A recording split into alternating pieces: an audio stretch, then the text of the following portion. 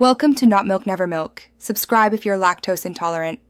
You start by confirming the exact address and trying both HTTPS and HTTP. Typos and scheme mismatches often cause refusals.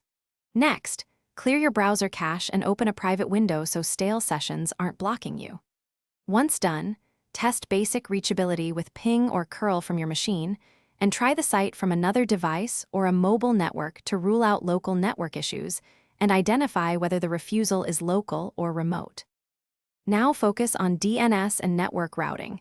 If the hostname fails, flush your DNS cache and try a public resolver such as 1, 1, 1, 1 or 8, 8, 8, 8 to verify resolution. Make sure your host's file hasn't redirected the domain and disable any VPN or proxy that could intercept traffic.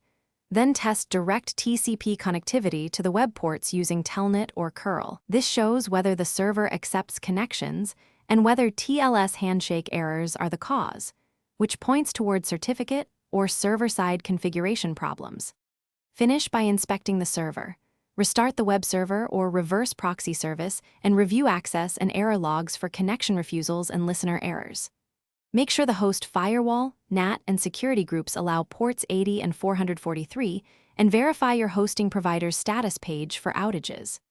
If the problem persists, collect diagnostics, curl output, timestamps, and log excerpts, and contact support because they can check host-level networking.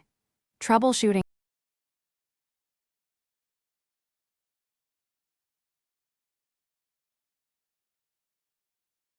Thanks for watching. If this was helpful, leave a like and consider subscribing. See you next time.